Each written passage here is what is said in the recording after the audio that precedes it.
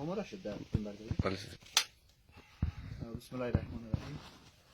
خدا را سپاسگزار هستیم که دیگه از دشمن همون خطرناکترین سلاحش که با دوربین شب مجهز است و از همون سیستم بسیار بالای برخوردار است به دسترس ما قرار گرفت.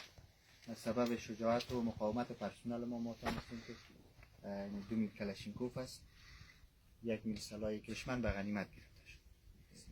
دیگه جا داره که ما یک پیام خدا به دشمنم ارائه بکنیم، وی که پیام ما به دشمنی است که چهره واقعی دشمن امروز تمام مردم افغانستان به تمام معنا شناخت.